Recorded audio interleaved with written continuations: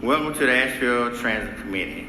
We meet on the third Tuesday of the month in the municipal building from 3:30 to 5:30. The Transit Committee is a volunteer citizen board designed to offer input and guidance to the Asheville transit system and City Council. We do not set or change routes, control Asheville's transit budget, or have the authority over staff, drivers, or the management company. We are a group of citizens like you who are here to ensure community concerns are taken into consideration when setting public transit policy. We welcome public input in our meetings. You are allowed to comment on any matter under consideration prior to a final vote. If you have something to say, raise your hand and the chair will recognize you. There are also 2 public comment periods, one at the start of the meeting and one at the end. Any person addressing the committee is limited to 3 minutes. However, a group may have a single spokesperson who will be allowed 10 minutes. The committee will receive written information from any individuals or groups that cannot conclude their presentation within these time limitations. If you would like to have any item discussed in more detail as part of our agenda, we ask that you speak with a member of the Transit Committee in order to have that item addressed during our next meeting. Thank you for your attendance. Your input is valued. Thank you, Harvey. I guess I will call this meeting to order. We're opening the meeting. I am filling in as chair today as best as I possibly can. The first item on our agenda is to approve the agenda for today, which is September 17th. So that's the first item that we're going to be looking at, is to look over the agenda. And are there any comments, questions about the agenda today? Yes. I'd like to modify the agenda. Do you want to know what the change? Yes. I don't know, does there need to be a second? You should probably propose what you'd like to change. Yeah. And Okay. My proposal is to take rider experience and exchange places with unfinished business. So this will move unfinished business way up in the agenda, and it will move rider experience before the second part of public comment. Are there any questions about that before we ask if there's a second? Second. Okay, all in favor, say yay. Discussion. Oh, is there any discussion? Okay, all in favor, oh yay? Okay. And that has carried, and we will be changing the agenda effective immediately. Okay, the second item on our agenda is to approve the minutes from our last meeting, which you received a while back and had an opportunity to review. Are there any changes or amendments to those meeting minutes from our August meeting?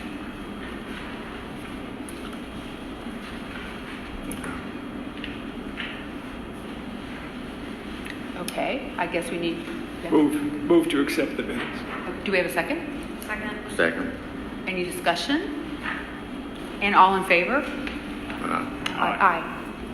Okay, then the meetings will be entered into the record. public comment. Okay. Oh yeah, we did the explanation of public comment, and now we will have public comment. Who would like to come up? Just come up to the microphone. State your name, and thank you for coming. Yeah, thank you guys for being here. My name is Sandy Aldridge. I wasn't intending on being here today. I did have studies to do for AB Tech, but there was an incident that happened right after 2 o'clock. I boarded the W2 to go to the outlets to study because they have air in their community place. I don't have air at my apartment. I did have a cup with dry ice in it. The driver said you can't bring that on there. I tossed it out the door because I'm in pain today, a lot of pain. And that should have been the end of it, but the driver kept on talking about it. And I sat down, that should have been the end of it. He turned around in his seat and was like, "Why are you like that?" I've never had any problem with this driver, ever. And then a passenger, I'll have to say what he said verbatim, then a passenger says, "You're a shit person," and I'm not, okay? Now, none of that should have happened. I shouldn't be here.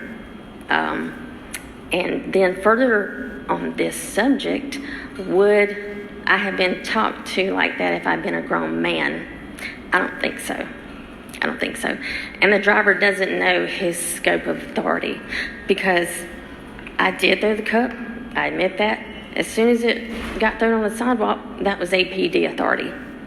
And then they did, the driver called dispatch, and an officer walked down to the bus with Sheila, who is a supervisor now, to ask what went wrong. All I had to say was, watch the video. It's all on there. This shouldn't have happened, period. But two things about this is, one, the driver should not have gone as far continuously as he did. I did what he asked me to do, should have been in the story. The passenger should not have been able to say that to me without, I just asked him to be quiet to begin with. Then he kept on and on and on and on. So these things happen. I know I'm not the only one that these things happen to, and it's ridiculous to even have to be here to talk about something as silly as a cup being taken on a bus, and I got rid of it. So what the drivers, some of the drivers need to know their authority and where it stops. Drivers are not APD. And a lot of them, I promise, need to know that. And if they have problems like that, anger management classes or something may be a good idea for some of the drivers, because all of them aren't like that. And I thank you for your time. Thank you so much. Thank you. Is there any other comment? Can y'all investigate that?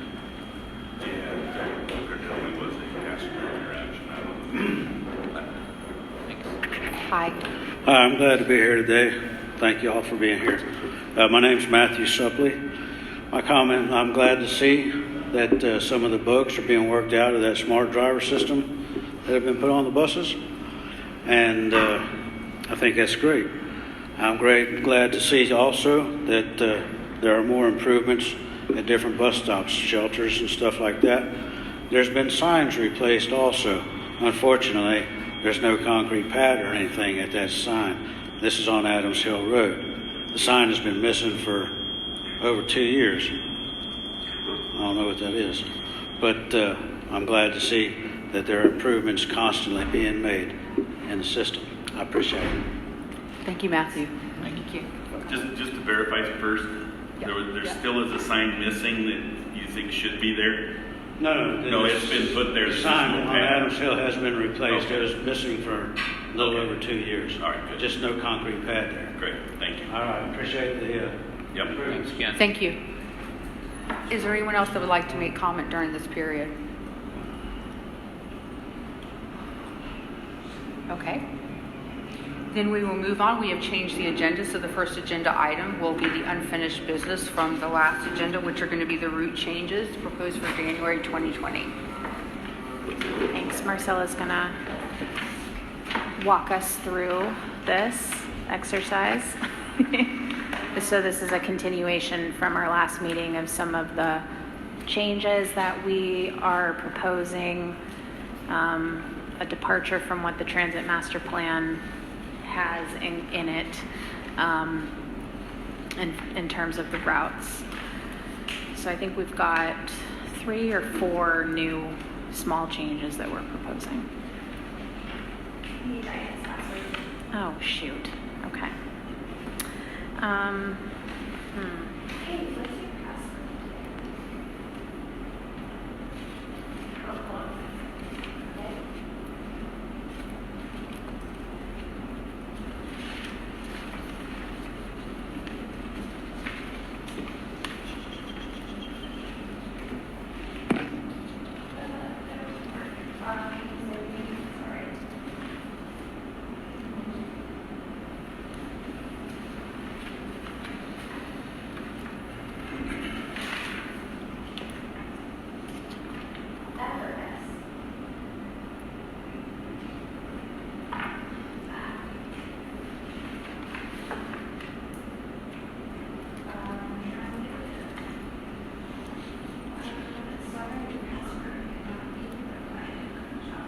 Okay, how about we move on to,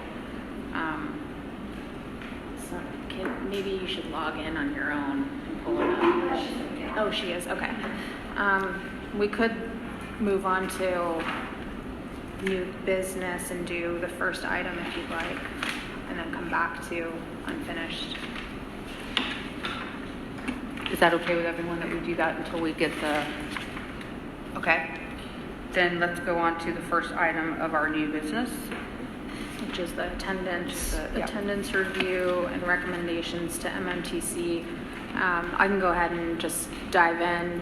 So I think at, not the last meeting, but the previous meeting, we had talked about bringing back to you guys a tally of the current attendance, and we had talked about adding it to the agenda for review of those who are not currently meeting the attendance policy. However, then we forgot to add it to the agenda for the previous meeting. So I sent out an email earlier this month saying that we would like, staff would like to have this on the agenda today for conversation and potential recommendations to the MMTC regarding membership. And so we've included in your packet what was our hopefully some pretty accurate attendance record. Thomas did alert me to one mistake that we had in our chart, but right now we have 2 members that have fallen below the attendance requirement, and those 2 members are Dana and Sabra. Sabra is our chair, Dana is our vice chair, and so we would like to have you guys talk about whether or not these members should be removed. We also have currently still one vacancy for Bruce. So although Elizabeth is the MMTC appointee, we still have a general membership vacancy, if I'm correct. And then I also heard from one member who is unfortunately going to have to step down, and I don't know if you want to talk about that right now, but.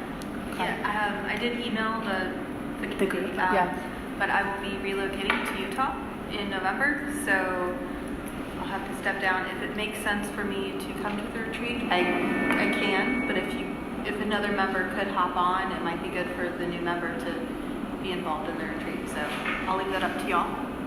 Okay.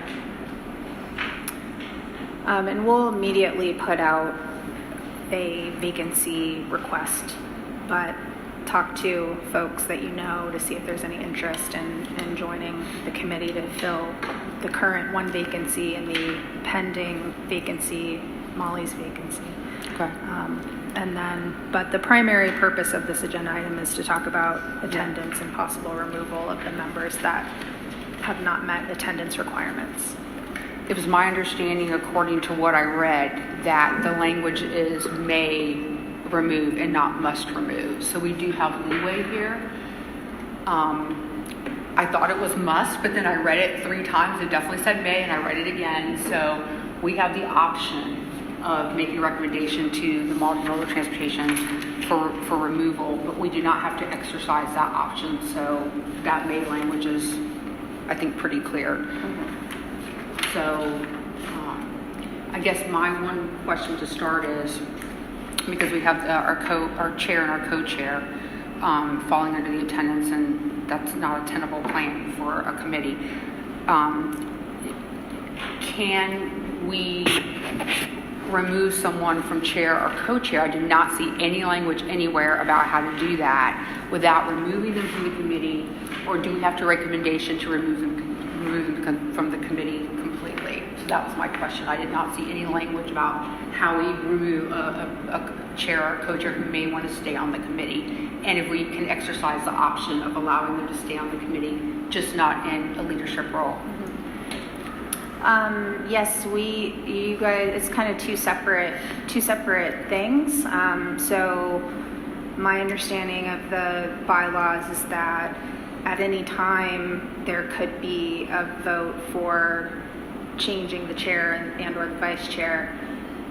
and that could take place now or anytime in the future. If you decided to remove the two members who are currently the vice chair and the chair, we would definitely have to have that vote. But they don't have to be tied together. Okay. If you didn't remove them, they could still be on the committee, just not, and you could vote to change the chair and vice chair. Okay. So a question about the rules. If it does say that if a person falls below 75%, a discussion of whether the member should be removed will be added to the agenda of the next regularly scheduled transit committee meeting. Are we in that part right now? Yes. So the next item says, if this happens, the transit committee chair will notify the member in writing that the next regular meeting will include a discussion of whether to recommend that the MMTC terminate. So does this mean that we're not in a position to terminate anyone today? I'm sorry, I misspoke. So what month is this? In July, we had what I would consider to be the first step. I think actually Thomas talked about it, where we Saber was here and said she would notify Dana and I guess And to some herself. extent notify herself. Correct. But we don't know what happened now because Saber's not here. Correct. So, and then we talked about putting that on the agenda for August, and then we, staff, inadvertently forgot to put it on the agenda for August, which, so I feel as though we're still following policy, but if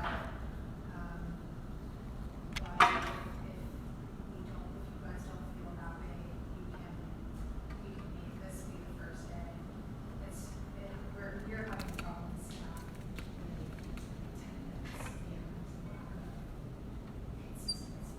So it was my hope that we could have this review discussion recommendations today.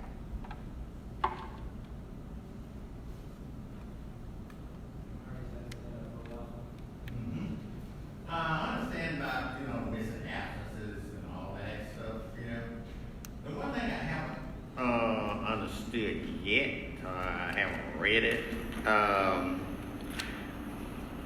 when you come on board here to the committee, how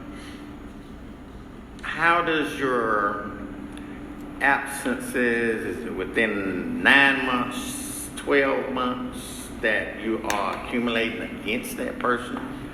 Is there a cutoff for certain days, July 1st or December 31st, or when do they start counting? When you first come and then it's 12 months there? Because there should be some point along the line where at the end of 12 months, if you've been good for 12 months, the absences it should drop off and not held against you, instead of accumulating absences for the next 16 months against that person. That's what I want to know. How does it go from 12 months from the time you came on board? Or is it 18 months? They going to hold it on you for 2 years? Or because when I came on board, I filled in the shoes of somebody else. So I got my term to do and their term too. So that's what I'm saying. Somebody explained it to me, are you going for the first 12 months and then, the absences drop off? Or are you still going to be held accountable going into the next year? No, so the policy, I suppose, is potentially a little bit unclear. What a surprise. So it provides that any appointee who fails to attend, so this is part of the City of Asheville's rules on boards and commissions, and it says that any appointee who fails to attend at least 75% of the regularly scheduled meetings within a 12-month period. That's what I thought. And so you could say that you could just look at the last 12 months, or which would be my interpretation of it. Let's say someone started on the committee 6 months ago. So, and they had 3 absences within that 6 months. One could look at this and say, well, they've got another 6 months to make up what they missed, or they could say, well, they've missed more than 75% of the 6 meetings that they should have attended. I guess my interpretation is that it's, the way that it's currently written is that it's over a 12-month period. So if you haven't been here for 12 months, Yeah. then you still have months in which you could miss. The 2 members in this instance that have been both here. been here for 12 months, so Right. at least we have that clarity. Mm-hmm. But if you're a member who just started a few months ago, you would have a full 12 months to incur those absences. Does that make sense? Yeah. Yeah. So in other words, what we did was fail to act on 12 months. I don't know. We're looking at this piece of paper, and that's what it's looking like. I guess I think of it as rolling, like you would just look back 12 months from when you're looking at it. 'Cause Right. someone can bring it up at any time. So it does, to your point, Harvey, it's not like you're held against for your absences forever. Mm. Because it's just like the look back is 12 months. That's Right. how I see it. But Yeah. Right. But you're not wrong, Harvey, in that, we could have had this review and recommendations last month. That was the intention, where those 2 members that are already not meeting the requirement, they weren't meeting it last month or the month before that also. So we could have done it a little earlier. George, would you like to say? I have, does the committee alone decide on these 2 people being removed? And We make a recommendation to the Multimodal Transportation Commission. So since they technically appoint the people in transit, so we would come out of this and say, we recommend to the Multimodal Transportation Commission, and then they would have to vote on that, is my Correct. understanding, as being part of that commission. Correct. So ours will just be a recommendation from so this committee to multimodal. so they would be the ones that talk to, would they be the ones that talk to these 2 individuals before, or they don't have a choice in the matter of being talked to?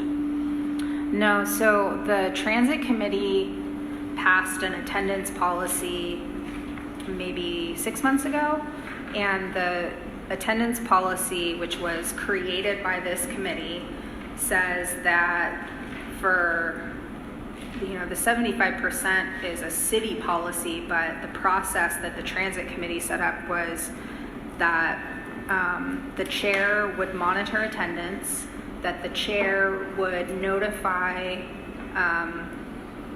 and have on the agenda, a public notification that there were members not meeting attendance requirements, and the chair would talk to those people, and then the following month it would be reviewed by the committee and voted on.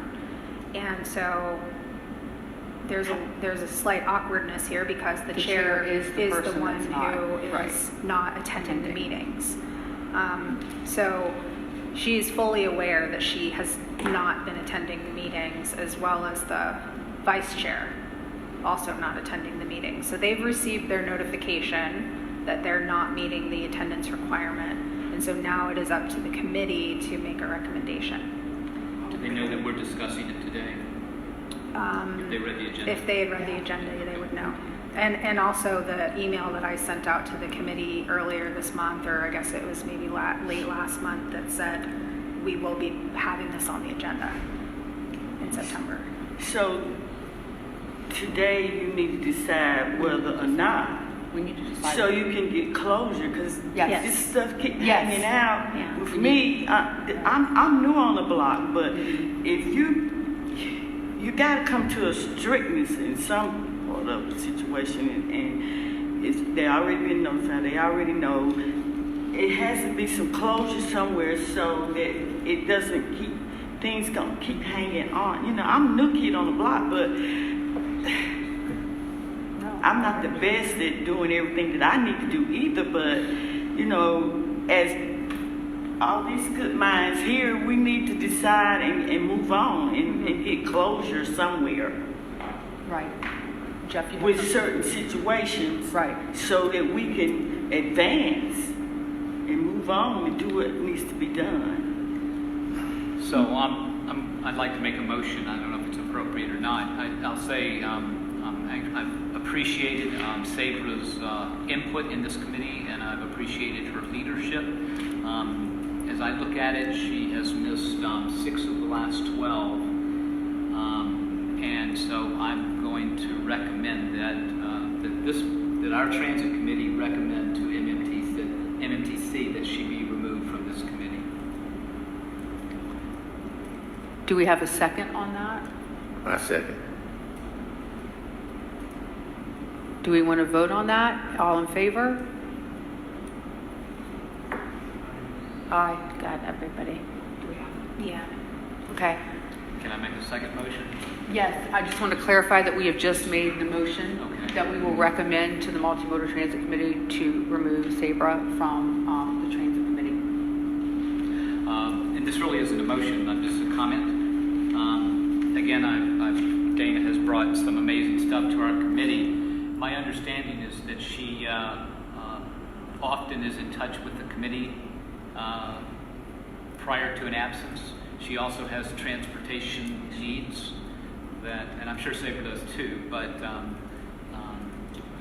I think she's had other needs, so I am not prepared to make a motion that she be removed from the committee.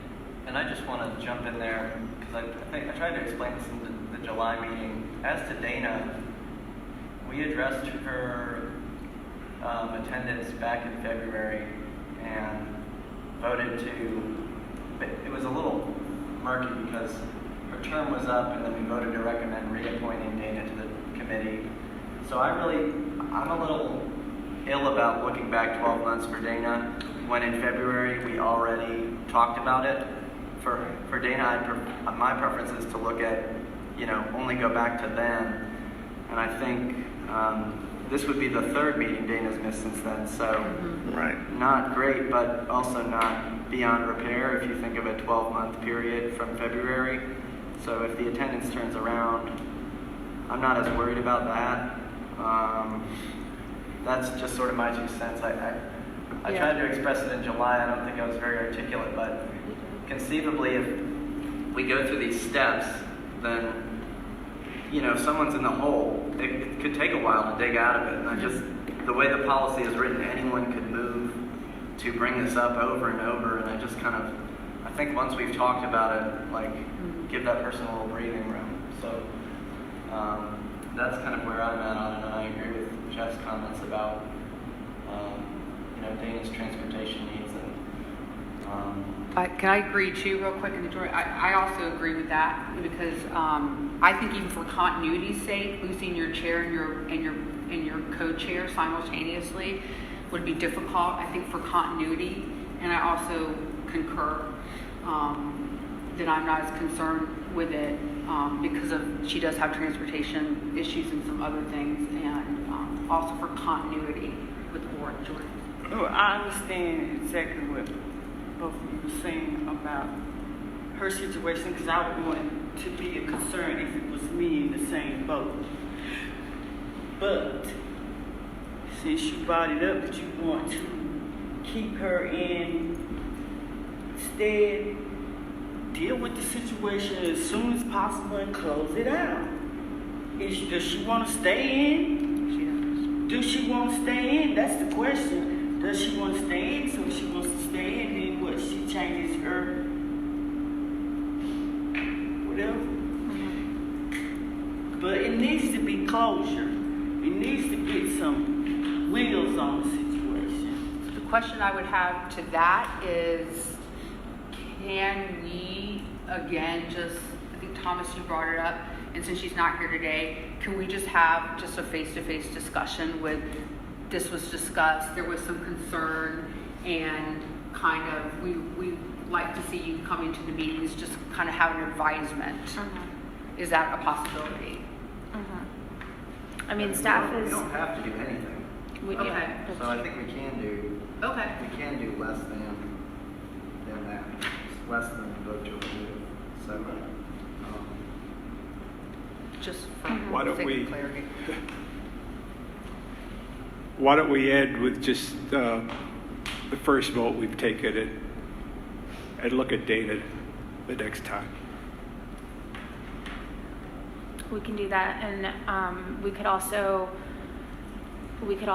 have on the agenda, well, let's see, next month is our retreat, but we could, in November, we could have a re-vote, if you'd like, on the vice chair and chair responsibilities. And put it back in the place of new business, exchange for what you did earlier, unfinished business. Say that again? Oh, the agenda. So we can just agenda change and put the unfinished business there and this public rider experience and then deal with that situation. We have that conversation on the agenda for today. In a couple of agenda items. We'll talk about that. Okay. I don't know where this fits, but just in terms of planning for the retreat, I want to make sure that staff has a strong representative from the committee. Was Dana in touch with you before this meeting, or were you in touch with Dana, or? Yeah, I was going to say, for what it's worth, when we couldn't get a hold of Sabra to approve the agenda, Dana did give her feedback. Okay, alrighty. So for the retreat, we will reach out to Dana as the vice chair to see if she would be willing to help with the retreat agenda.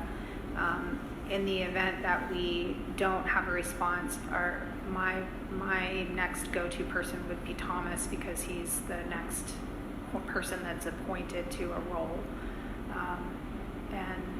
And then of course we have the retreat moderator or facilitator who can help us refine that as well. Because I'm prepared today to actually recommend that Beth be chair of this committee, either in an interim capacity or until the next time we vote on that. I'm just very interested in making sure or Thomas if he was interested, but I'm just very interested in making sure we have strong leadership, and I want to make sure that Dana's available. Because I guess we're operating without a chair right now. We are right now. So I think it would be appropriate if someone wants to make a motion for that as well. We can vote on that today, an interim chair. Until whenever. I'm going to so move and let the discussion happen. Second. Should be perfect. We second that we're going to. I recommended that you be the interim chair of the transit committee until we have a more formal discussion about it. We're going to put the crowd on you for a while. So, Paul, you seconded that? Yeah, you have a motion. So and a what you're second. saying? So what you're saying is you want to have a discussion with Dana, you do, and then we go from there. We'll have a discussion with Dana about her attendance. Okay. And she will remain the vice chair. And the motion right now is for Elizabeth to be the interim chair, so taking Sabra's spot, since we would be removing Sabra from the committee. So we have a motion and a second right now. I'm fine with her. All in favor? Aye. Can I vote for myself? You can, yes, you can. I will for you. It would be helpful. Thank you. Okay, yes, I will. Thank you. Interim. I'll just say that again. Okay, so we will work with you, Elizabeth, on the retreat agenda. Okay, so So we're back to, I believe you have that ready, so we're going to move back to our unfinished business and looking at the route changes for January 2020. Okay. Hi, everyone. So this is a continuation of the discussion of route modifications as we've been running the routes and finalizing the schedules. So there's a couple of changes that came up since last month's transit committee meeting. So same information. So the first modification is to the S2, which currently goes through Kenilworth to the Social Security Administration. The Transit Master Plan had recommended that it became a one-directional loop that went through Tunnel Road up to Social Security and then Tunnel Road through Kenilworth and up Biltmore. The operational the impossible thing about it is that it allocated 7 minutes to go from downtown to the Social Security Administration, and we could not get that time either. We're running it backwards, doing all sorts of things. So staff is No matter how many batteries we put in that bus, it would not get there. It would not. We'd need to teleport, and that's not a technology that we have. So our recommendation is to add the Social Security loop to the E2. So as you can see, this is the long interlined route for the W3, the current W3, and the current W2.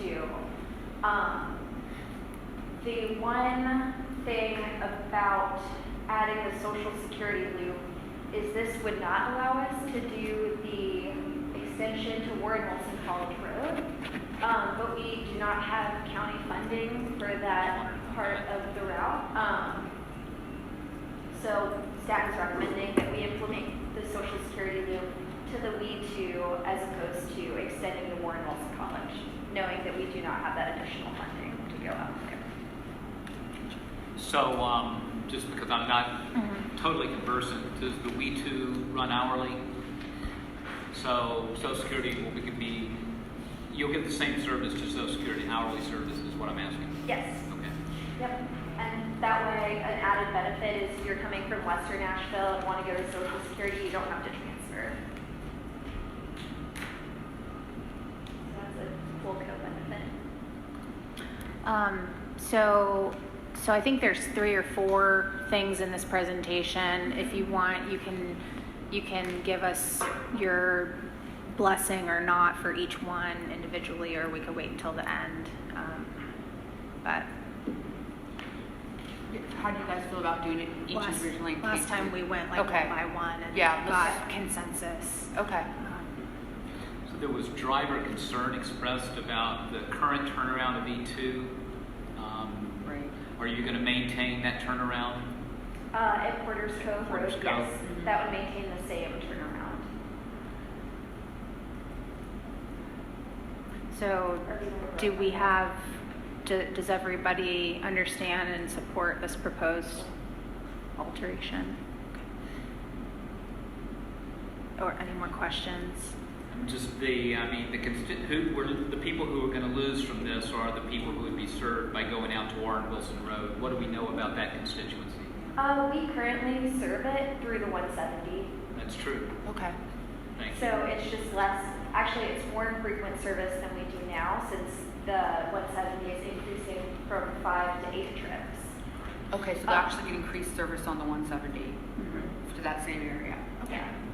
So they're still served, just not as frequently since it won't be part of the We2. Good. Okay. Okay. Alright. So the next modification is to the W6, or as referenced in the Transit Master Plan, the WPDA. There were some physical constraints going down Majestic Avenue and turning around on Louisiana. As far as cars parking and buses being able to get through there efficiently. So we recommended that the W6 continue down Haywood and turn around at Wells Avenue, which is currently what the W2 does. So that would still maintain the direct service from PVA to Ingalls, which was the intent of the little loop on Louisiana and Majestic. Excuse me. Yes. I also am a new guy here. Could you give me like 30 seconds of what the W6 would be? Yeah, so the W6... I ride the W1s and 2s all the time, so Cool. Yeah, I can do that. The W1 and 2 currently deviate from Haywood Road to serve PVA apartments. And that has caused a lot of on-time performance issues for those routes. So the Transit Master Plan recommended a dedicated route to Pisgah View Apartments, which is now the W6. So basically, this is going to go from downtown up the same way as the W1 and W2 to serve Ingalls and then PVA apartments with 30-minute frequency. 30 minutes. Mm-hmm. Okay. If somebody lives on State Street or Hanover or in the PVA program, and they want to go beyond Ingalls, how do they do that? Then they would have to transfer on Haywood Road to grab the W1 or W2. Probably. Or downtown, and then transfer to any of the other routes. Well, as far out of town, this group would go, would be the edge of Eagles by Louisiana. Mm-hmm. So if they wanted to go out to, out of town or down to the other end, then they would wait for one or the other end. I'm not sure if can you speak into the mic a little bit? Yeah. Yeah, the question's about transferring. Yeah, well, that's it. Right now, the people who live there don't have to transfer. And, I'm sure they could get used to it as long as it's every half hour or something. If they were going to, are you saying that if they were going to, like they wanted to go west from PVA? If they wanted to go out to Brevard, the, outlet malls and things, or even to Ace Hardware at the end of whatever, at the end of Hayward, they would wait for the next bus on the W1 or W1 going that way or W2 going the other way. Correct. Mm-hmm. Correct. So it's kind of there's a pro and a con. The pro to the W6 is that there will be direct service with increased frequency to downtown and to other routes. But the con is that if you were along the W6 route and you wanted to go west instead of towards downtown, then you would have to transfer. So there is an added inconvenience for going westbound, if you will. Do the people at the housing project know this? So my understanding is that during the transit master plan,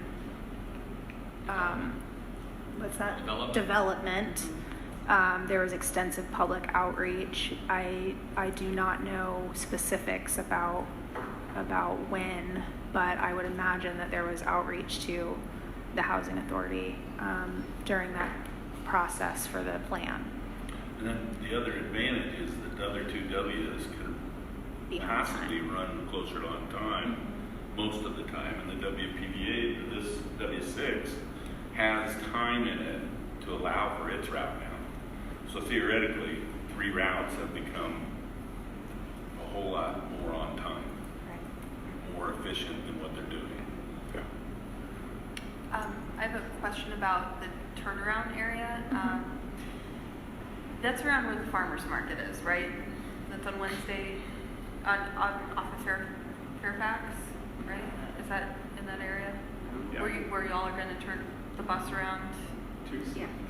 Today. Okay. So it would be interesting to run it when that's going on, because that area gets really tight. The roads get kind of full of parking and whatnot. So it might be interesting to test that during the farmers market, just because that road might not be as friendly as currently do it now. We currently do it now. Okay, and I just wanted to. Yeah. Okay.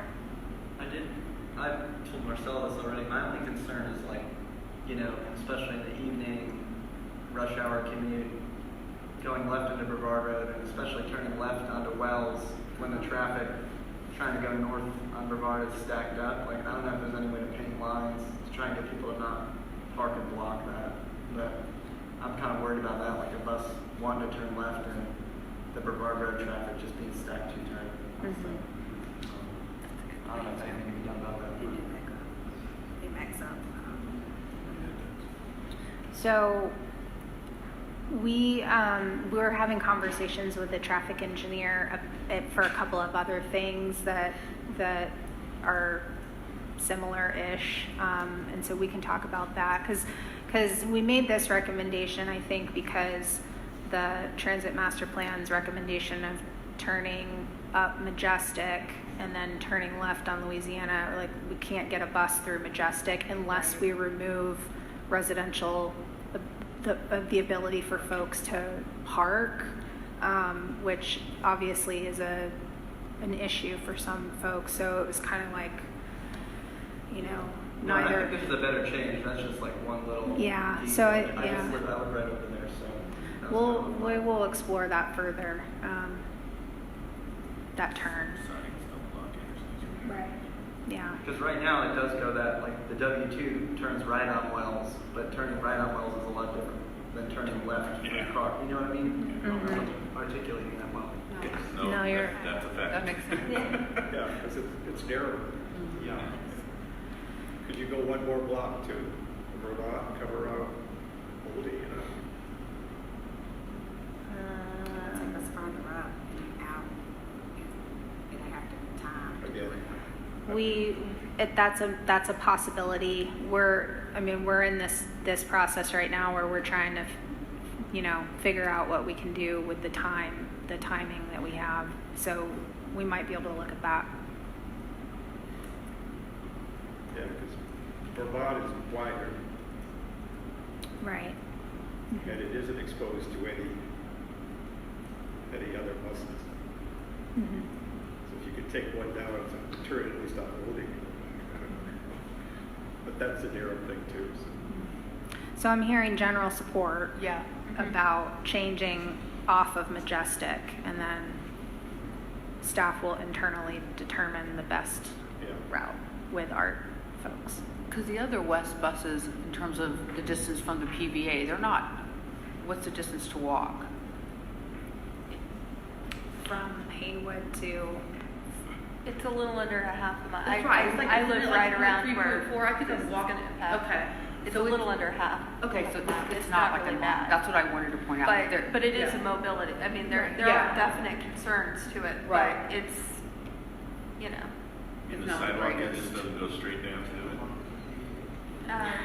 it. yeah, it's about a half mile. Yeah, yeah. Okay. Yeah. Next. Yeah, next. Yeah.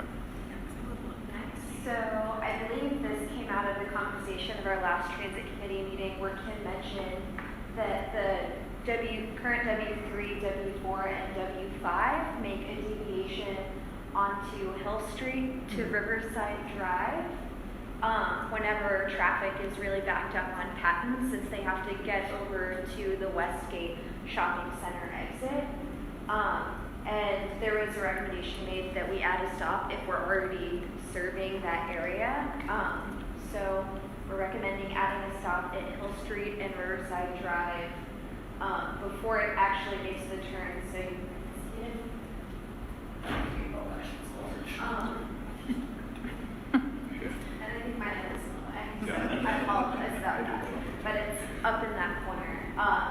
So that idea was really great, and I'm glad that Kim brought it up. So we're recommending that we incorporate it into the two crosstown routes, the W1, W2, and the W5. Right. Are there any other stops on Riverside Drive currently? No. Yeah, and that's also what we call like that zone where there's no sidewalk, that mile of craziness there where so I'm glad you added that, because that's an unnavigable, unwalkable, and very dangerous place, so. It'll still be that, but. But with But at there will least be- one stop where you Right. can get on the bus, which there wasn't before anywhere Right. in that area, so So now we'll have three I'll routes follow that that. will serve that stop and provide additional access to that to area. that corridor. Yeah. The TMP was recommending not deviating anymore, and is that just not possible with the traffic? Yeah. Yeah, the TMP, I don't think that it really explicitly said, don't do this anymore, but in the software system that they used when they were analyzing it, it didn't have that deviation, but after talking with art staff, and after they drove it, the timing works, and from a safety perspective, the drivers feel that this is a safer alternative because it allows them to not have to merge across 3 or 4 lanes of traffic on 240 and Patton, and so that was the original reason why they started doing it. So we're just kind of making it official now, I guess. Yeah, I mean, as a rider, I think that deviation is annoying, because Yeah. it's like anytime you're on a bus and it does all these turns and it does nothing, it's terrible.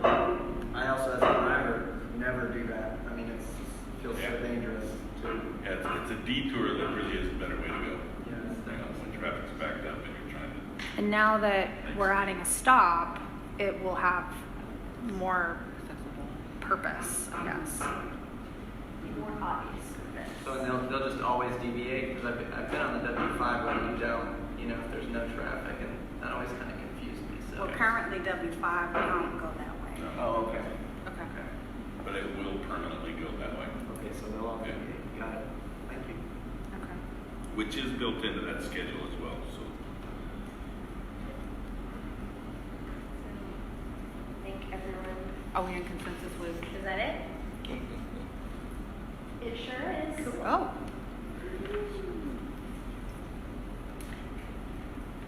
Okay, now I have to go back to. Okay, so we are going back to our. Takes me a second because I have to go back to my agenda. Okay, so we're going back then to our new business we did, and now we are back to the proposed ordinance. And this is our weapons policy, correct? Correct. So Okay. I am going to turn it over to our wonderful attorney, Eric Edgerton, one of our many wonderful attorneys. So just kind of to lead up to this, we've struggled over the past year with our various policies, whether it's about weapons or service animals or strollers, what have you. We have, new staff, including new attorney staff, and we are undertaking a review and update of all of our policies. And these are city policies that are being implemented by our contractor, RATP Dev. The weapons policy in particular, we have a policy, but it's been, I think, not always completely understood, has been interpreted differently by different people over time. There's been, not great clarity on whether it was a contractor policy or a city policy, and so we wanted to take a fresh look at it with our staff, and what we have decided is that all of the above, we need a new policy, but instead of making it a policy, we want to make it an ordinance, which the difference is that an ordinance is a law. It will be codified and therefore has, I think, more enforcement teeth. And so what Eric has done is he's drafted a amendment to the city's current ordinance related to weapons on city property. And so he's going to talk to you guys a little bit about that proposed change. So what you have so I think there's a separate document that we provided. It's a two pages stapled, and that is what we expect to take forward to the Public Safety Committee next week, and then to council for the first reading, or it only needs, okay, so take it to council on October 22nd for consideration. Eric, you want to? Good afternoon, everyone. Good afternoon. I'll just go over briefly some of the policy reasons for doing this as an ordinance as opposed to just an administrative policy, which is what we've had in the past. As Jessica says, there's more teeth to this in two real regards. One, everyone who's a citizen of this city is charged with having constructive knowledge of our ordinances. The same can't be said of an administrative policy that is just adopted at the administrative level. But if it is an ordinance which has the effect of law at the city level, everyone is deemed to be aware of it, or they have the obligation to be aware of it. So no one can say, I wasn't aware that we had a dangerous weapons ordinance, like they might be able to say that for a policy. So that's one reason why we're moving in the direction of having it be an ordinance as opposed to a policy. The other is that by making it an ordinance, which would be a violation of which would be punishable as a misdemeanor, that would allow APD to step in situations where really APD should be the ones to step in. Sorry, What to step in? APD. APD, the police department. And in enforcing something like a dangerous weapons ordinance, that really is probably the more appropriate entity or group of folks to enforce this type of ordinance. So that's the second reason for doing it as an ordinance as opposed to just a policy. So for you all, I'll just focus on the portion that relates specifically to buses. It's broader than that. It talks about all city property, but the section that talks about buses specifically is I think most relevant to you all. The one thing that I will call your attention to, and this is not necessarily a positive thing, is that the prohibition on dangerous weapons on buses is really limited to that. So there's going to be a prohibition on dangerous weapons and firearms in city buildings. That prohibition can only extend to dangerous weapons on buses. We initially thought that we'd be able to extend that to firearms as well, but it turns out that we're preempted by state law from prohibiting somebody from carrying a gun onto a bus. That's an unfortunate reality of the state of regulatory law in the state of North Carolina. We don't have the ability to prohibit people from carrying guns onto buses. So what we've done is we've defined the term dangerous weapons to include anything that is actually designed or intended to be used as a weapon, that is to cause physical bodily harm to someone, and then listed out a whole bunch of examples of what that could include, so that hopefully that'll provide some level of clarity and enforceability for both transit drivers and APD. So they'll be able to know specifically what's included on that list, and they'll know to be looking for, is this something that is intended to do harm to another person, and then they'll know that that's prohibited on a bus. So that's really the broad outline of what we're doing here. Like I said, it'll be enforceable as a misdemeanor, which will get the police department to be involved, and hopefully it'll just be clearer and provide our bus drivers with something that they'll know more readily how to enforce. And if you all have any questions, I'd be happy to answer them. So just logically, it seems to me you're about to go down a place you don't want to go. You're not allowed to outlaw firearms, but you are allowed to outlaw dangerous weapons, and you define dangerous weapons as firearms. No, we do not. Do what? No, we don't. So we do... Is that what item 2 is as a firearm? Oh, no, it's dangerous weapons. Oh, it's not. Okay, I misread that. So I'll try to put it in simple. Yeah, it's frustrating, but state law defines dangerous weapons, a whole bunch of things, some of which I've never even heard of, but knives and throwing stars. Like all these, Yeah. canes with knives on them, all these things. But guns are totally different, and guns are regulated differently. And so we have the ability to prohibit weapons and guns from buildings that are public property. So we can, and from their surrounding premises. So we can prohibit guns from the transit center and the platform, but we can't prohibit them on the bus because it's not a building, and we can't prohibit guns from the bus shelters because also not a building. But we can prohibit dangerous weapons everywhere we want. So for example, if I had a gun, whether I was carrying it concealed or on my hip, and I got on the bus on Merriman Avenue, and I got off the bus before the transit station, I would be allowed to carry that gun on that bus ride. But as soon as I step off the transit station, it's prohibited. Okay. So that should, as a practical matter, catch a lot of, catch some of the people who might have wanted to bring a gun on the bus. If they've got to step into the transit center, or if they're going to end up at the transit center, this will prohibit them from bringing a gun. But if their ride is going to wholly consist of things outside of the transit center, that's just outside of our reach. A different question, and I'm new to all of this, but prohibiting mace caught my attention because I would think that a lot of people would want to carry that for self-protection. It feels very different to me than a gun, but I know it can. So I'm just curious, is this currently city ordinance? No. So this is open, and we're happy to receive any input. I think the question of whether you'd want to include mace or any other specific type of weapon would probably be one that we would like to get the input of transit drivers as well, just to make sure that everyone has the same sort of sense of whether that is something that we should or should not allow on a bus. And that's certainly your purview of making a recommendation in that regard. My gut reaction is to not include it, but I'm so new at all this. So that's what you're classifying as a dangerous substance, because that's what I was wondering when it says substances.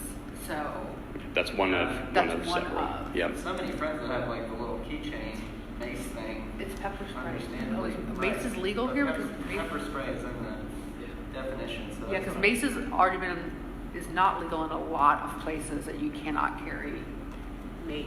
You carry pepper spray. Yeah, they've outlawed mace in a lot of different places because it's, yeah. So what's pepper in the spray. current proposed ordinance when it comes to, we'll call it says chemical weapons. So it's like the 8th bullet. It says chemical weapons of any type, including mace, pepper spray, or any other device designed or used to emit any substance in such a way as to incapacitate, injure, or control the behavior of another.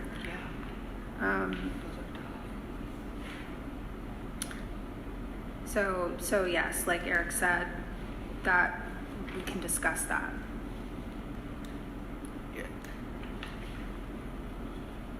That's a tough one because I know that people carry it on their keychain sometimes for protection, but as someone who's been maced and pepper sprayed in a closed circumstances, it drops you fast, and it can drop a whole room full of people. I mean, it's pretty dangerous, and even pepper spray can in a confined space. Which also means then the driver could be incapacitated. Yes, because drive down. Yeah, because even with the pepper spray, I was actually in kind of a bus situation. This actually happened in Florida, and somebody sprayed pepper spray, and like you couldn't breathe. People were falling on the ground. This was not with mace. Mace will drop you even quicker, but this was just with pepper spray, and you're choking so bad. And I can't even imagine driving, and we were stopped when that happened. So I've been in that situation. It's pretty dangerous when those are emitted in close quarters. As I see all of this, it also is very clear that we're not messing with concealed weapons. Yeah. Because they're legal right. in the state. So if it's put away, we don't see it, we don't know about it, it's not our concern. But if a guy boards that bus and has a machete in a sheath hooked to his knee and his thigh and his belt buckle, right, he's not coming to go for a ride. Or if he has a 6-inch Bowie knife sitting on his hip, he's not going for a ride anymore. But I use it for food. I'm reading C5. Then you can have a discussion with the police about whether that's okay or not. That's our stance. And there is an actual exception built in, which is the last section. C5. I was just quoting. Right. Which well, we're not police. We're bus drivers. And so that exception, though, is if you are, as part of your job, required to carry a gun. I know that part's not applicable to buses in the first place, but in the example of like a knife, the state law carves out an exception for people who have to carry it, like if they were a chef and they had a packet of chef's knives. We don't get to regulate that. And so that's why in the applicability section we say, to the extent that we're not allowed to touch this by virtue of state law, we're not touching it. And so that's maybe a piece of education that we can have with the drivers about what to look for. But that's really where the dividing line is. If this is something that they have a bona fide need for in the course of their work, they're probably going to be allowed to have it with them. But because it's a law, That's not really up to us to decide. Right. We see it as a weapon on the bus, and we're gonna call for assistance and let them deal with it. They can determine whether that is a food processing item. That's not our choice. That's how I see it. And that's where we need to be as this transit system.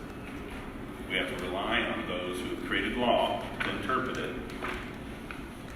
and meet that law out. Harvey's had his hand up for a while. Yeah, sorry, I got you, see. So at the time that an individual is noticed to have something that can do harm to somebody, the driver is supposed to what, call dispatch? They would call dispatch and let them know that they have a person who has a weapon on the bus and call for assistance, yes. And at that time, the bus is shut down. Yes. Evening. You're not supposed to take the people off the bus, or Open the doors, call for assistance. That's what they're in other words, the people are supposed to exit the bus. Pardon? Are the people supposed to exit the bus? They're not required to exit the bus unless a person is being aggressive. We're always going to we're going to get to a curve and we're going to open the doors. You don't cage a cat. If that person wants to leave, they can leave. If customers want to leave, they can leave. We're giving them that opportunity by opening those doors. That's how we should be handling those. And we call for help.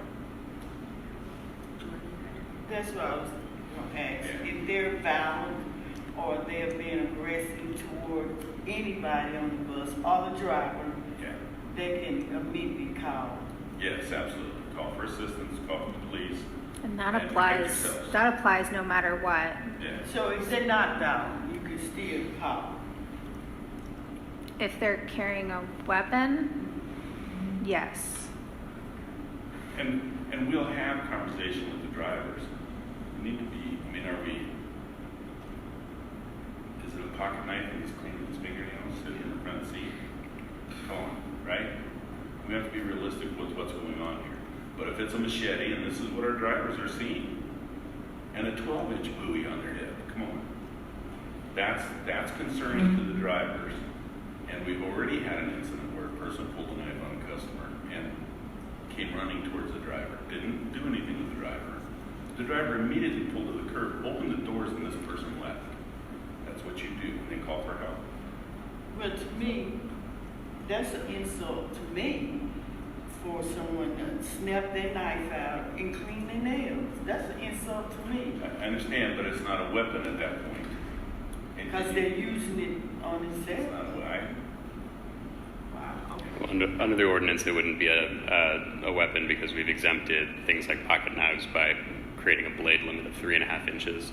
So a pocket knife isn't going to qualify. And I believe state law specifically exempts pocket knives from being considered weapons. Right. Yeah.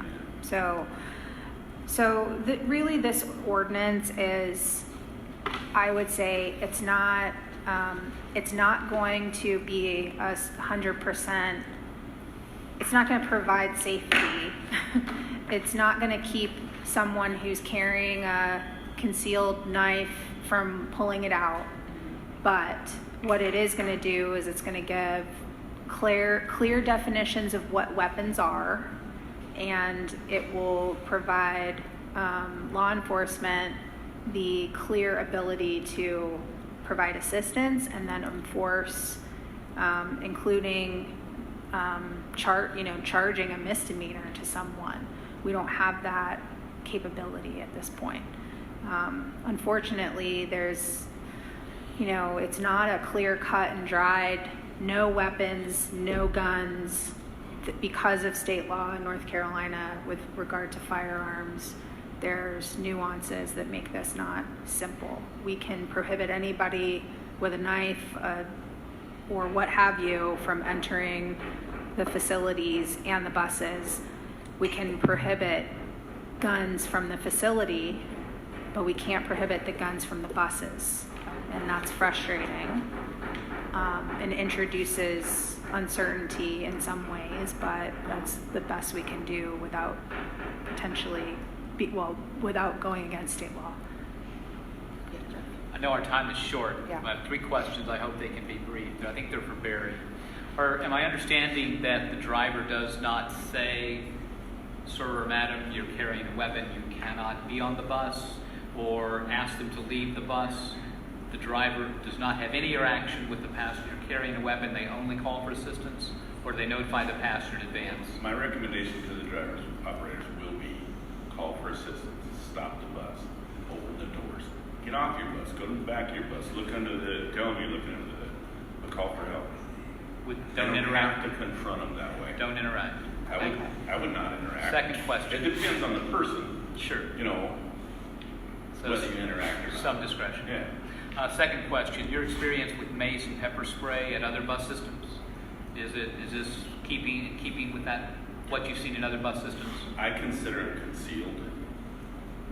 You know, if they're carrying it on their keychain, I would consider it concealed. I have a real problem with those type of things on the bus. Driving a 30,000-pound rig down the road, and a driver can be taken out that fast. That's a problem. And those 2 things, mace and pepper spray, can do that. So yeah, in other places, but North Carolina, Virginia have very straightforward open carry laws for guns and those types of things. So My recommendation would to be to leave mace and pepper spray as a prohibited substance on the bus. Just like every other weapon, if it's concealed, nobody knows it's there, right? So. Third question, do you see any benefit in talking with your drivers? we will, yes. Before it's passed? Getting their input? I think the ordinance has been gone through thoroughly by the city to get as legal as they can be with these items. So in my conversations with the city, it appears to me they have strengthened this as far as they can strengthen it. So we've done as much as we could do, and the drivers want us to do that. And I can't stop the guy who's got a 45 and a holster on his hip. We can kick them out of the transit station. Right. Trust me, if we could make it a total ban on guns, I absolutely would in a heartbeat. That was our original intent until That it just was- turned out to be just outside of our reach. But that transit center is another, that is another avenue we can deal with. If someone goes aboard that bus and there is a weapon, then at that point they're in the transit center. You can call for help at that point. Now maybe you find out that this person needs to conceal it better. He does have a concealed carry, and he can conceal better. So we never see it, we never question it, we don't know about it. But that person has then been trained, okay? But he was on the transit center platform where guns are not allowed, and we can deal with it that way. Okay, just one quick question, I guess, would be we have to have education on the driver's side. Are there going to be clear signs posted about you cannot carry blah, blah, blah, blah, blah on the bus, so that it's really apparent everywhere, as it is in a lot of other city buses you go on in other places, is that very clearly saying you cannot bring this on the bus. On the transit center, it says that you cannot bring this. So I'm thinking, do we have a plan for the signage to go up to educate the public so you can kind of nip it in the bud if you can be very clear as many places as you can? Yeah, we'll do our best to create signage that is concise. Consolidated these 2 pages down into this clear, Just like concise. clear as just And we know. can put that on the ad sign in the bus, we can put it on the platforms, Okay. I assume we can load that to the website. It's weapons policy. Yeah. Any other questions? I can't see you guys because of my blindness, so please tell me if you've been raising your hand. I would just recommend seeing if there's any kind of language about exempting those little pepper spray things. If they're so common, and people definitely validly fear sexual assault on public transportation. So, y'all And I agree with you. That one. And I don't have a problem with someone carrying that. Yeah. They're not the one that's going to spray the driver. Right. So it's concealed, it's out of sight, we don't know about it. But I just get, I know we're hearing the nuance about, well, if it's concealed, but someone's going to come up to this sign and be like, do I really have to choose between riding the bus and having my keys, you know? And I hear what you're saying, but if you can exempt a small blade, I feel like you can exempt a small pepper spray. Yeah, I guess if it's on your keys, it's pretty exposed too. I concur with further investigation in that area. Me too, if it's open. Yeah. On your keys, I agree. It's not concealed. Because a 3-inch knife is one thing. It doesn't all of a sudden, kill everybody. But the having mace or something else on a bus is something that protects a person, but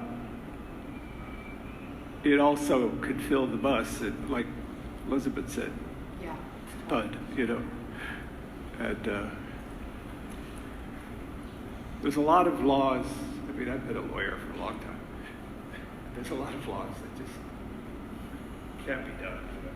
Just make a So for this one, though, we've got some flexibility here. We can easily define chemical weapons and pepper spray and mace as a third category. So it'll be dangerous weapons, firearms, and then chemical weapons. And then we can exempt it from the bus component of it if that's what you all want us to do, or if that's what your recommendation is. We can investigate that further and talk to transportation staff about that. But I guess by and large, other than that potential change, do we have your general support on this? I'm just asking because we're going to be presenting this to multimodal as well, so it'll be good to let them know what your input was.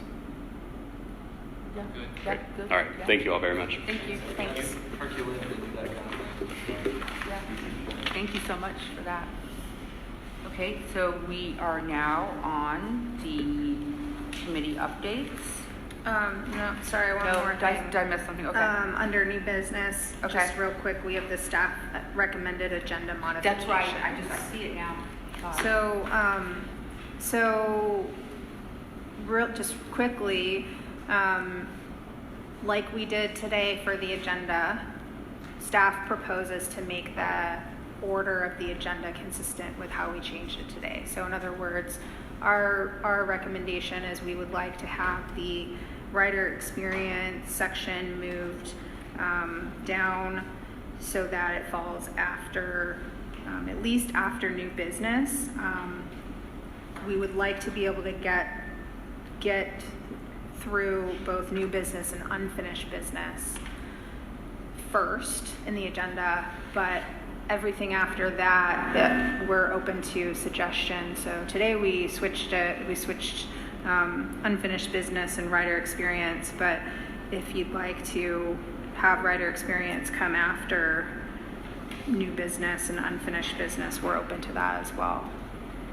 But this is primarily from a staff perspective of wanting to ensure that we get proper time and conversation and feedback from you guys on new business and unfinished business. Right. I'm fine with moving it to the end, just personally, or before the last public comment period. That's what you're saying. I thought we just did that. Well, we did for We today, did that for right? this This is year. about going forward. Going forward. Oh, okay. Because I do think, like, it's generally probably more efficient for y'all if we have rider concerns to just call or email when they come up, not wait all month. That's true, but I also understand the value of having you guys be able to provide in a public setting the issues that you've experienced. So I think that it's an important part of the agenda. And it doesn't bother me where on the agenda it falls, as long as we can get through the business items first. That would be my preference. I agree with the suggestion it be moved to before public comment. Yeah. And I want to encourage my fellow members of the Transit Committee to send them in advance. I sent mine in yesterday, and I got a very thorough response. I disagree on one point, and that's okay. But I got a very thorough response on each item that I listed. I would also request, if possible, there's some that I think are of common interest, and my interest is actually having staff report on those particular issues during the meeting, during your reports, maybe to accumulate what you've heard and what your response is. It also gives staff opportunity to investigate any concerns that we bring up. That's fine. Yeah, I agree. That makes sense in advance. And also, you can even, since complaints is part of what we get every month too, is kind of wrapping those all together and kind of talking about the general themes that come up with the whole complaint system. Would be, I think, viable to put them all under one umbrella and look at them manually. Well, I was wanting to speak about the complaint issue. Basically, there has been the same person that's been coming to the meetings complaining. One's gotten better, but the other one hasn't. So, with the drivers, are you able to, when you have meetings, are you able to discuss, know your customers, know who's going to complain, know who's going to cause problems? Do you know your, because if I was a driver, I would observe everybody that rides my bus, especially if they ride in the bus constantly. There's someone that's like me, I ride the bus all the time. They should know who I am. They should know how I'm going to act. They should know, I mean, you know, I really cut up with them, but if something happened to me, I'm not quick to come and complain about it. Because if it didn't get out of control, then really offend me, then I know how to offend myself without being a complaint. So going back to say, know your customer. Know who you're riding all the time. You got to learn this. We got to find a way to shut down the complaint where there's always a complaint. Oh, little petty stuff. You know what I'm saying? So do your drivers, back to what I was saying, do the drivers need to know who they're riding?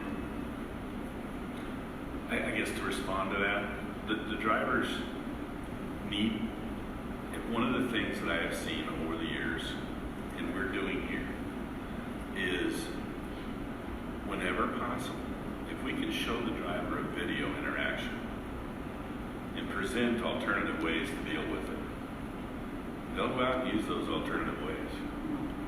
Most will.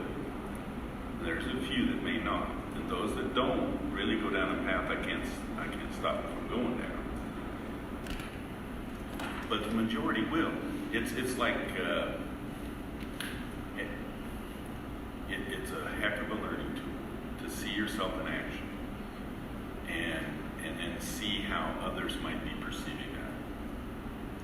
There are a couple of customers who generate a volume of complaints, and not all is verifiable as stated. And when we can look at video and say this is just not as it was stated to us, the driver is not at fault, it kind of sinks in. What did I really report? And that's helpful too. So using the video is very helpful. And then interacting with the driver and showing them alternative ways of dealing with people. It's kind of like we all learn our interpersonal skills over the years. We've all learned different ones, and we've all learned that there's a whole lot of different personalities out there as well. Not all personalities get along real well, but without them all in this world, we'd be up a creek. We need them all. That's how people should be getting along. We should understand how other people interact. And if it's not a violent interaction, we should be communicating. And that's where some of it falls down, is we're not listening well. We're not responding with empathy.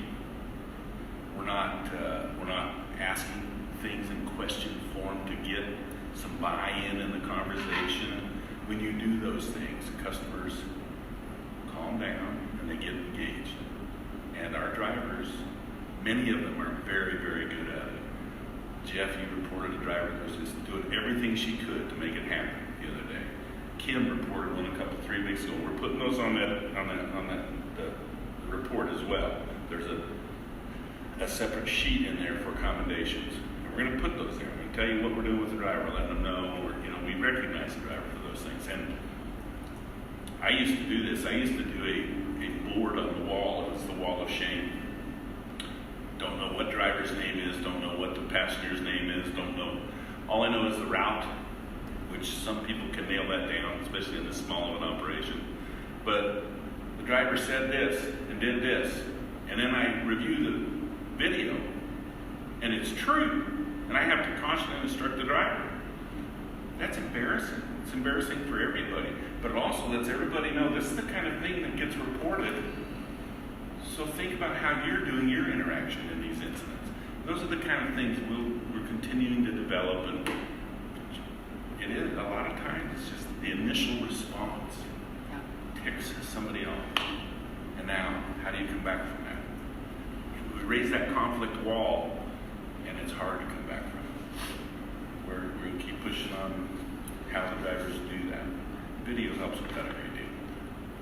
So we have on the table of changing the agenda. I'm guessing we need to take a vote on that for the change of the agenda, to have the unfinished business come before the new business and the rider concerns to come before the last public comment. So moved.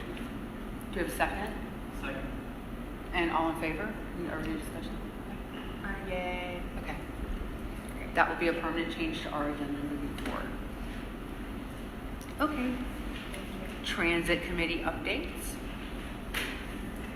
Anybody have any committee updates from ARTC or Better Buses or any other committees? I'll give an update from ARTC. This actually really interests me, and I responded in length to the ARTC. So ARTC is the Asheville Regional Transit Coalition. And I think, and help me if I'm wrong here, Thomas, they are actively pursuing a quarter-cent sales tax as an additional source of funding for transit. The reason I like this is there was a memo that was shared, I believe, from Deborah Campbell to somebody. It might have been to city council people, and was shared with members of ARTC, that talked about to fund transit going forward in a substantial way, we need to find an alternate source of funding. So I don't know what role city staff plays in that, but I am of the opinion that continuing to draw from the general fund will have its own difficulties, and so an additional source of funding seems like a good solution to me. And I will give the update from the Multimodal Transportation Committee. We actually also discussed that a little bit. That was on the table. Mostly at Multimodal, they reviewed the route changes that the transit staff presented to us previous to that meeting. They had similar concerns that were brought up. They supported the route changes. There was discussion about the change that would leave a school, Evergreen Community School. There was a little bit of discussion about that, about the ridership there. There was some general questions about how the changes affected rider, and the ridership was pretty low. Someone did ask that, and we did also talk about additional sources of funding. Some of the new members of Multimodal talked about TDA possible funding, and that quarter-cent sales tax was also discussed at Multimodal. And by the way, that percent sales tax is employed in many states around the country to fund their transit system. There's tons of places we can benchmark against where either quarter, half, or a full cent in the last county I lived in, which was Richland County, South Carolina, went to fund transportation, greenways, and everything. We had a whole penny tax for that. So I'm glad also that was floated. Did I miss anything from the Multimodal Commission? I don't think so. Okay. Any other updates from the previous? Okay. Monthly staff update. So obviously, I'm sure everybody's seen that we've started construction at the art station. I think did we move into the, okay, so the art operations is now in the. This morning, right? I wasn't there, but it happened. So we are operating out of the temporary trailer next to the art station, so folks can get their tickets. There's restrooms, there's a small waiting area, and that will be in use for the duration of the time that the building will be under construction. So we're expecting that to last two to 3 months, and then the building will be ready and we'll transition back into that, and then work on the platform will start. So continue to look for updates. We're trying to send out updates via iRide, social media, the city website, and text messages if it's something big. So please bear with us. There's going to be impacts for the next several months. And I think There'll be a lot of standing out in the cold too. well, there's Because that trailer on the handle can only hold 5 people. right. So it's definitely smaller. And the bathroom, I didn't go into that. I just talked to the Asian guy in the training assist station that we have now. I said, it's awfully small, 5 people. I said, then you got that little grate thing over there for a bathroom. I said, it is what it is. Mm-hmm. Then we won't be able to put any type of shelters on Ashland. I said, well, it is what it is. We have to do what we got to do. Right. So there will be some shelters on Ashland when we do the platform renovation, but it'll just be like the shelters that you see at the bus stops. So there will be a bus stop shelter, if you will, on Ashland. Yeah. How many bathrooms are open over there? I didn't walk over there and look at it in detail. So there's a restroom trailer, if you will, that Okay. has three restrooms, I There's believe. 3, okay. Men's, women's, and then an ADA accessible restroom. So there's actually more than what we have now in the building. It's not very big. What's that? It's not very big. Not very big, no. Right. And then I think that's really the bulk of what is in the memo. We continue to work on getting ready for January expansion, and we've been keeping the spreadsheet up to date with our status on the various tasks associated with that, including the maps and the review of routes and finalizing schedules. We're getting really close to being done with that. So I think we're on track right now with all of the various tasks that we have related to the expansion in January. I think that's all I've got.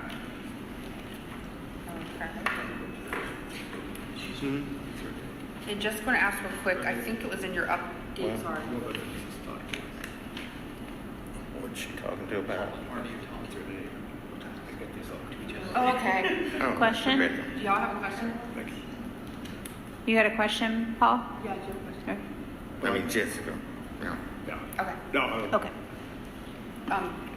Quickly on, I think it was on one of your updates on the spreadsheet, when it says problems with interlining, you have that notation. Is that some of the stuff that we talked about already when you say interlining? I noticed it just came up a lot as you were driving the route in the comment section. That might have been old stuff. Okay, because I just saw it on the one I looked at. Okay, that's okay. I think that's when you were driving, I just noted in the notes, it kind of said interlining, or just exploring interlining. It would have been addressed in these. That's what I figured. Okay, I just wanted to make sure that that's... Yeah, but thank you for pointing that out. No, that those were the interlining issues you were talking about that were in that document. Yeah, I think it was the W5 and the SQ. Okay. Yeah. Yeah, just wanted to go back to that. All right, So art staff updates. yeah, staff updates. Those are all, there's nothing really special here. We had 28 missed trips. On-time performance is still a project that we're all working on. I think we're making some improvements in getting data more accurate. I think that the changes that have been developed by all the staff here for what's coming in January are going to make some difference. We've still got a couple routes that are going to be still very tight. There's just you have parameters you got to deal with. So, but I think we'll see some very positive things from a lot of stuff that has been done.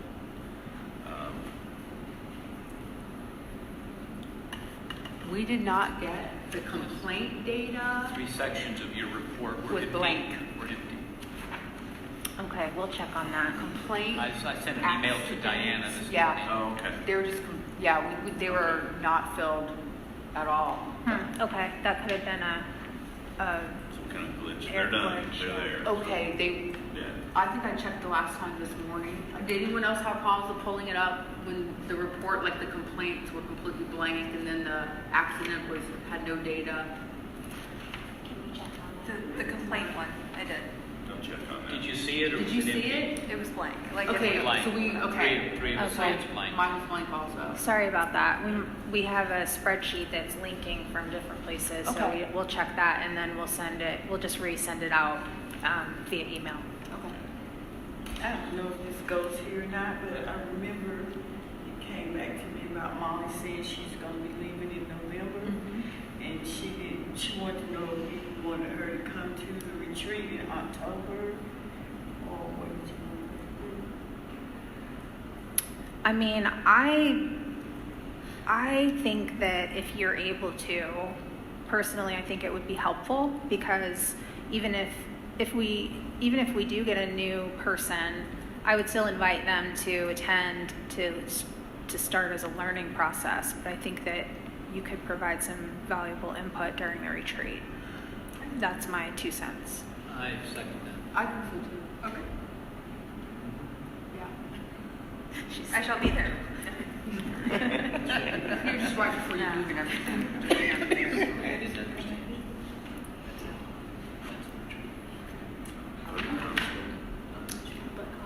Okay. Question real quick. Question, real quick on the on-time performance. 72% on time was the highest we've seen in a long time. Mine said 72%, so that's great. It wasn't 72%. It wasn't? That's what my chart said. I'm sorry, it was 72%. I'm sorry. Take it here. So We're gonna take 72%, it. I mean. I don't follow that. Is that an improvement? Yeah, it was running in the like upper 50s to low Upper 50s. 60s, Oh. so that's a significant improvement. So I just want to point that out. 72%. I gotta look at that. I hate to be the Okay. Debbie Downer, but Let's just pretend right now. it's 72. We will double check that. let me look at that. Okay, because I was thinking that was a great jump. Yeah. I don't know.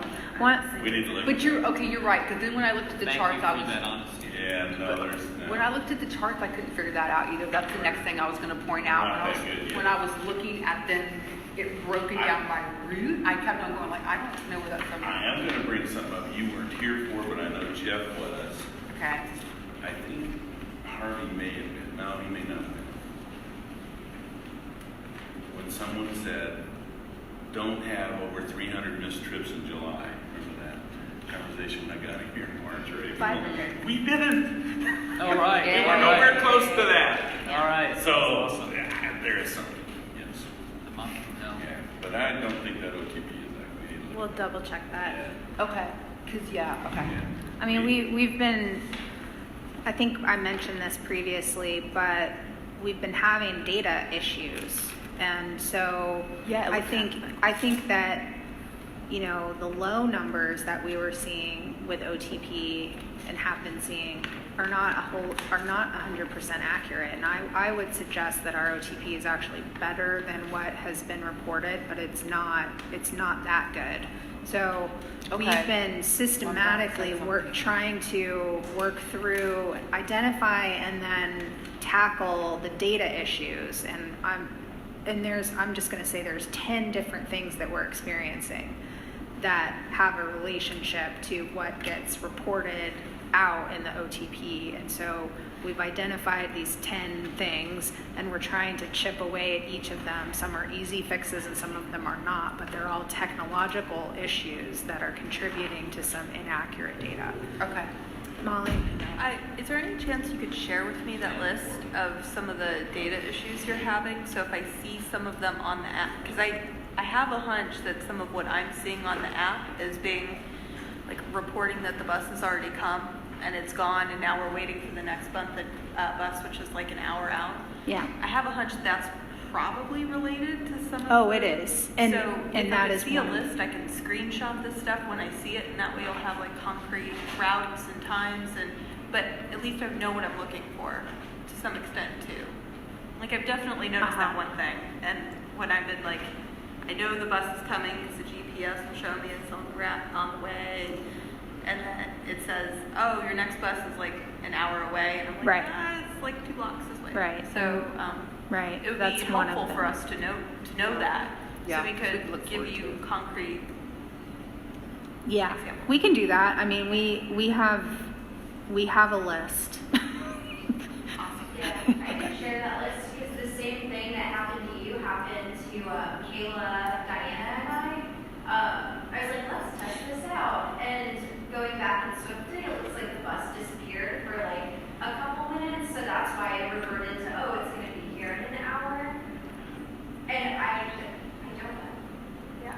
Yeah, so I can make a list of all the really weird anomalies and send them, because the screenshots are really helpful to explain to the data people in San Francisco, because like obviously they're not out here to see it, and we are, so. And we've got their attention right now.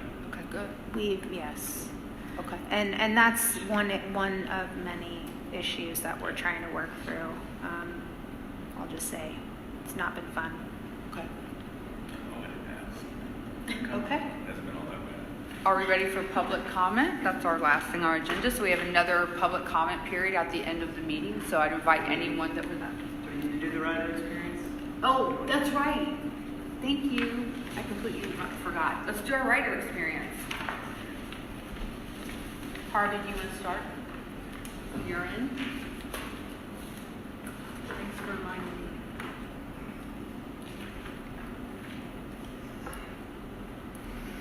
Okay, still going over the issue with Barry and LaShawn. Over the dogs getting on the bus, the drivers, they're getting tired of that too, bringing the dogs on there, and they're not comfort dogs. And they stink. They bring fleas on the bus, whatever. The owners, they don't look like they took a bath either. I've had several talks with LaShawn about this. I don't know when we're going to come to a head about. You just look at the dog, you know it's not supposed to be on there. The driver says the dog's not coming on there, and then dispatch says, let the dog come on there. And then the driver's mad because he's trying to exert his authority, and then dispatch just takes it right over. Yeah, I can't have a dog not come on the bus if they're answering the questions correctly. So they have to ride. I have to let them ride. But you know that the ADA only covers certain types of dogs. They do not cover emotional support dogs under that law. It is not used. Right. Yeah, we're not saying emotional Okay, so support. you're just saying the very specific service dogs. Yes. If someone says they have a service animal, Right. then we are only, when I say we, I mean drivers and dispatchers, Right. and whomever is only allowed to ask 2 questions. Yep. And remind me what those are. Is this a service this a service animal, and what service do they perform for you? That's it. That's the ADA law. And if And someone if says it's yes, a comfort animal, it's not allowed. So they're And if that dog is sitting there licking something out of his hand and wagging his tail, it's not a comfort dog. It's not. But it's Service comfort dogs dog's not are not allowed. comfort. A service dog is allowed. And then everybody on the bus is playing with the dog. And it's not a service dog. That's not a service dog. And the drivers are trained. That's why they don't want to let him on the bus in the first place. This is what the drivers are instructed. Yeah. But the darn driver doesn't have the authority when the dispatcher don't tell him he can let the bus. The two questions need to be asked. If they're answered properly, then that person is allowed to board the bus under ADA. So, Under federal law, that person is allowed to board the bus. If the dog is not maintained under control, then we can stop the bus, call for assistance, and have that person removed. so I asked the driver, I said, why did you let the dog on the bus? He said, I don't know. There's two questions. Everybody knows them. He didn't ask him nothing. He just let him come on because he was pretty. Do me a favor, Harvey. He's already called me. Oh, okay. Okay. She knows already. All right, good. So we have to talk with the driver on what he should be doing, or she. It's All pretty other, straightforward. and all other animals have to be in a carrier Yeah. and on the person's lap or under their seat. Not A when you pass the dog service, around. a service animal does not have to be in a carrier. Right. Okay. And Can I say something? we're gonna bring that policy, a more clearly written policy, forward to the transit committee. Yeah, because, like I said, not only me, people riding the bus, and also the drivers, they're very concerned about that because they don't have any authority. Seems as though they don't have any authority to say I can't let the dog come on. Well, there's an Americans with Disabilities Act, has federal law involved, and there is only so far you can go, and then we can deal with it. And if they follow those process, we can deal with it. So obviously we have someone who isn't following the process, not allowing us to deal with it. That's a problem. Or they are. So would you go ahead and institute that to the drivers if they don't already know about the ADA? Yeah, oh, they know. Absolutely. I Yeah. appreciate it. Yeah. Thank you. Yeah. Okay, that was on 9/9. 9/3, people sleeping on the bus early in the morning. Bus 1229.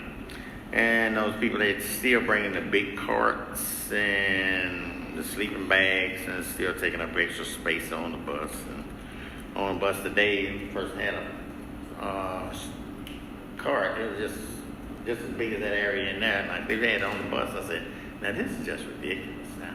No, that's just, too big. But the driver let them on the bus with it. They're not supposed to let you on the bus with stuff like that. And that was on the E1. And on 9/10, I'd like to commend That was driver. today. What time, Harvey, today? What time was that? That was the N1? No, the today? E1. The E1 today. E1 today? Yeah, At what time? about 2 o'clock, something like that. Where at? Do you remember?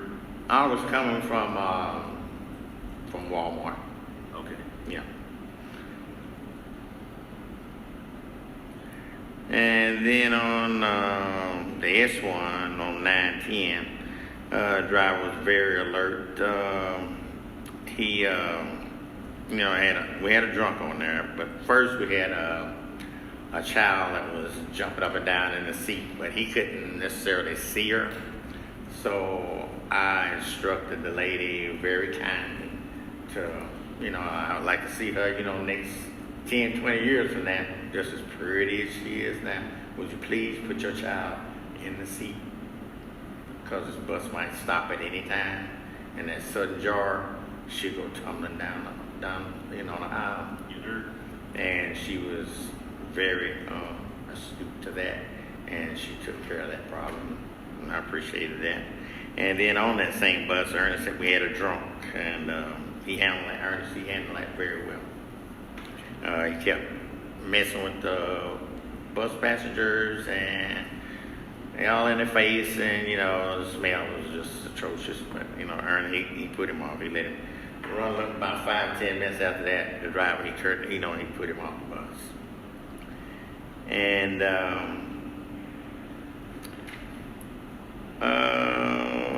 I had on 9/10 the brown and white dog on the bus. Then W3, I'd like to commend Barry on the Regent Park and Patton Avenue. You can see the bus stop. Yeah, we got her. Yep, you can see the bus stop. I love that. Yep, I really love that. It's my utility crew that took care of it. Yeah, I see. Actually, Jerry usually is the one. So if you see Jerry down at the transit center, tell him thanks. All right. Or was it you? And Tracy, the E1, it kept cutting off. I'm not really good on my day set, but I informed Tracy, but the driver, he didn't call it in or anything, but E1, it cut off at the VA, and it would not start. You know, he tried to start like 4 or 5 times and it wouldn't start, but he didn't call in and let y'all know anything.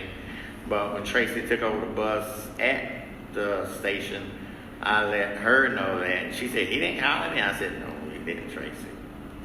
And I just let her know that, you know, it had cut off. In the interest of time, can I just say we have 5 minutes left in the meeting, so I just want to make sure that we all get a chance. Okay, I'd like to give a shout out to the following bus drivers: Tracy, Big Twin, Jamie, Victor, and I'd also like to mention out to the committee that racial equity is tomorrow. I'm signed up to go. Any of y'all signed up to go? I already went. Huh? I went last week. Pardon me? I went last week. This is the one after that. It's 201. Yeah, I know. 101, now it's 201. Okay, yeah, I'll be doing 201 It'll be there then. from Yeah. 3 to 5. Yeah. Thank you. I think one thing I want to say, and I'll make it very quick. Just about the time that I joined this committee, we bought a house. And so I would normally grab the bus at on Wells and Brevard, but then we moved down to Davenport area, and the Davenport bus stop is very hard to find. I think there's a tree and a telephone pole and then grass and a thing like that. So you just feel like you have to go back every once in a while because the cars drive right by you. It's just something for the future, I know. But otherwise, they haven't got me yet. So that Davenport area? Yeah, the Davenport, the inbound Davenport, Brevard. And Bernard? Brevard. Brevard, okay. Yeah, the W2. You know, We'll take a look at that one. I don't. Yeah, I mean, you could. You're saying, is it in a ditch area? Is it kind of like by in a ditch area? No. No? I mean, it goes behind where it goes down. But Okay. It's flat and it's grass. And I don't know who the grass belongs to. But Okay. you could just put something there. Like you're talking about like cement or just Cement at the very least, just so Yeah. you could see. it's just a bus stop sign in the ground.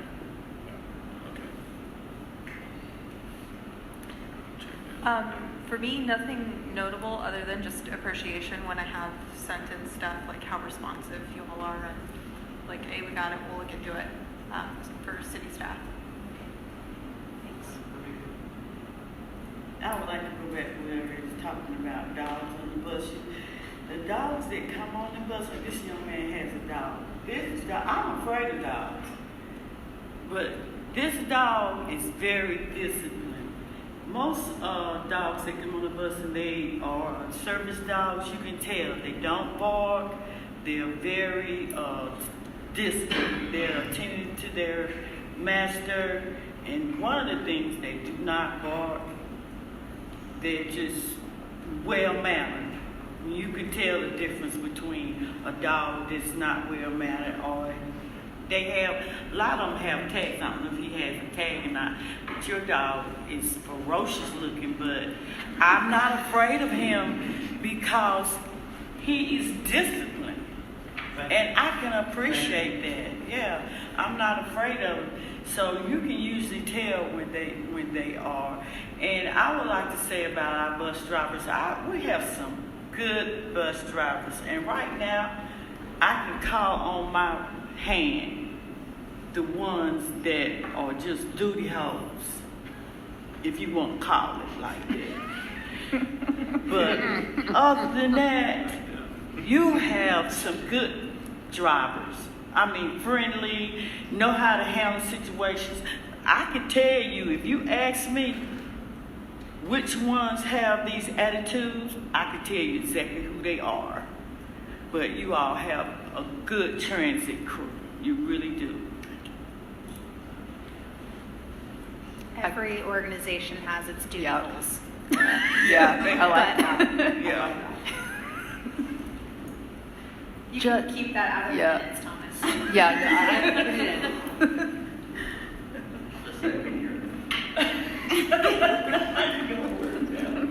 I guess I just want to say also service dogs, because I'm mostly blind, they offer me service dog. Like for visually impaired, I don't know for your dog, they're training for 2 solid years. You have to understand these dogs are seriously trained and seriously expensive. I just want to say that too.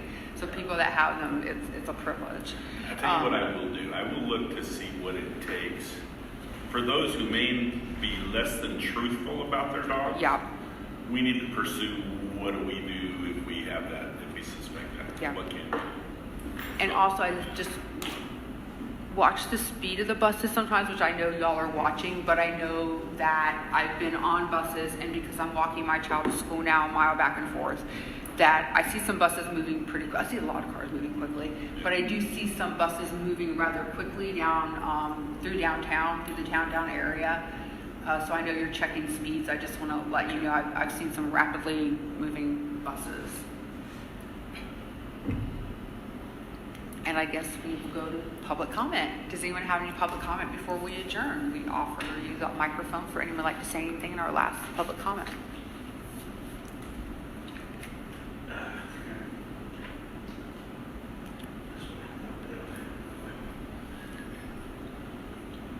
Hi, again, my name is Matthew Suppley, and I do have concerns about some dogs, Harvey.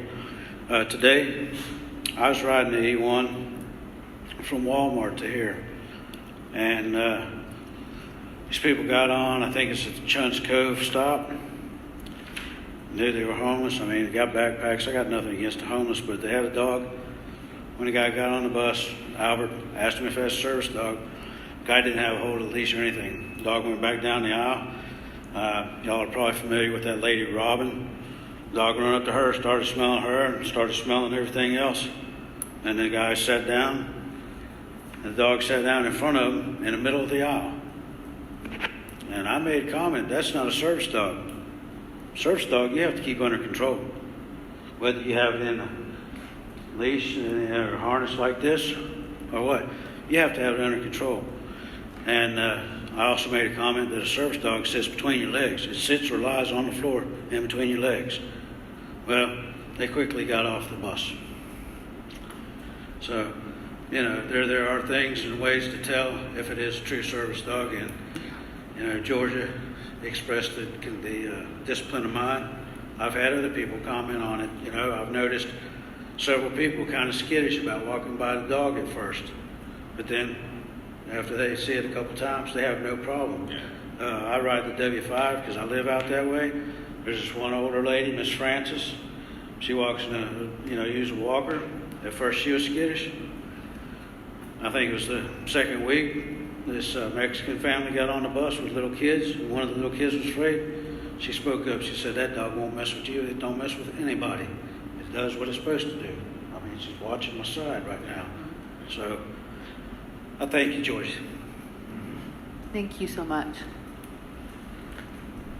And with that, I believe our meeting is adjourned. Good job.